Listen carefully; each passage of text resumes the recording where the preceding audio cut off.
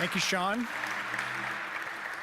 Quite the speaking slot you've given me here, and the challenges associated with that. But I'll try to beat the congressman in terms of brevity and wrap things up. John, thank you for an extraordinary day. I love the expertise, the information. It's been extraordinary to be a part of all of this, and I thank you for inviting me to do this. I came to the agency only a matter of months ago, working as a senior advisor to John, and I did it for one very simple reason, which is I believe in the work being done by the journalists on the ground, targeting very important members of the audience all around the world. I think it's an important mission, and I want to support the journalists who are doing this important work. I grew up in network newsrooms over the last 30 years at NBC News and CBS News. There's an arrogance that exists in places like that. There's some great work that's being done, but there is an arrogance, and it is about the way we deliver our news and information. And it's a broken model. It looks something like this: from their lofty perch at Rockefeller Plaza, or at CBS at the Broadcast Center, at ABC News World headquarters. There is an expectation that just simply because we can deliver our broadcasts, that the audiences are expected to just receive this and welcome it and have great adulation for the work being done by these talented journalists. It's a one-way street. Seldom is there interaction between the members of the audience and the journalists who are presenting that information. And as I say, it's a broken model. That model will not go much further. There has to be a quest for relevance in every single newsroom if you want to continue to practice the craft. And when I say relevance, it means making relevant editorial decisions. It means having a diversity of viewpoints represented. It means being committed to being a trusted source of reliable and accurate news and information. John, during his time, now 3 years, 4 as the head of the agency, has gone about, I think, a restructuring and a rededication to the important work being done all around the world. And under his leadership, the agency and the networks are being transformed. And they're being supported. Perhaps most importantly of all, this work doesn't just automatically happen because of the existence. There is a quest for relevance, which is a daunting task given the number of languages, the number of people who they're trying to reach. But it is work that is being carried on every single day. You know, it struck me that one of the most popular movies that's out right now is The Avengers. Superheroes are hot again. Superheroes are all the rage. And let's not forget that Superman's day job was a journalist. Truth, justice, and the American way. Seems kind of a quaint notion, but I kind of think that a lot of the themes that we've heard today all point to all of that. I think the work of journalists who are truly dedicated to what they're doing, who have a mission to stay relevant to their audiences, are superheroes. And as we heard earlier, superheroes and journalists have a lot of weapons at their disposal, but perhaps none more powerful than the truth. A strong spotlight helps as well. And for more than 500 days now, a spotlight has been on Myanmar and what would happen to the journalists who've been detained for more than 500 days. As John noted earlier, those journalists are now free, and one of them, in his first comments after being released, said, "I can't wait to see my family, and I can't wait to get back into the newsroom." That's extraordinary. That's dedication. And the least we can do with our positions as executives or as people who have the ability to support that kind of work is to stand there with resources and support and to keep the spotlight on when necessary. That's the least we can do. We can't forget about a journalist like Austin Tice, who vanished in Syria, and he's still unaccounted for. We can't forget, as John mentioned, what happened to Jamal Khashoggi. And we can't forget that the explanations about what happened to him have been awfully hollow and often just plain deceptive. John talked about the sacrifices made by journalists who've worked for these entities, these 5 networks.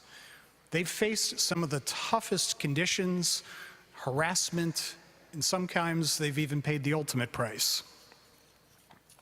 That's one of the things why I describe this agency and its journalists as doing some of the most important work on the planet. It's not hyperbole. And at times when bad things happen to good people, it can seem like the good guys are losing, that the superheroes are succumbing to kryptonite, if you will. I'm sorry, it's late in the day, but I'm going to go for it. All is not lost, though.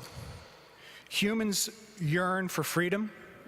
So if that's what our audiences desire, if that's the relevance they seek, then let's deploy some of our strong tools at our disposal. Senator Cruz said earlier today that truth is powerful and has the power to transform the world. That's extraordinary. Let's do it. Let's reaffirm our support for the journalists who commit themselves to uncovering the truth, who persevere through threats, intimidation, detentions, whose families pay extreme prices, who work on our behalf, on behalf of all who yearn to be free. These are not enemies of the people. They're advocates for the people. They're our surrogates. They're champions for democracy's values. Sean asked me to talk a little bit about some of the challenges facing our beloved profession.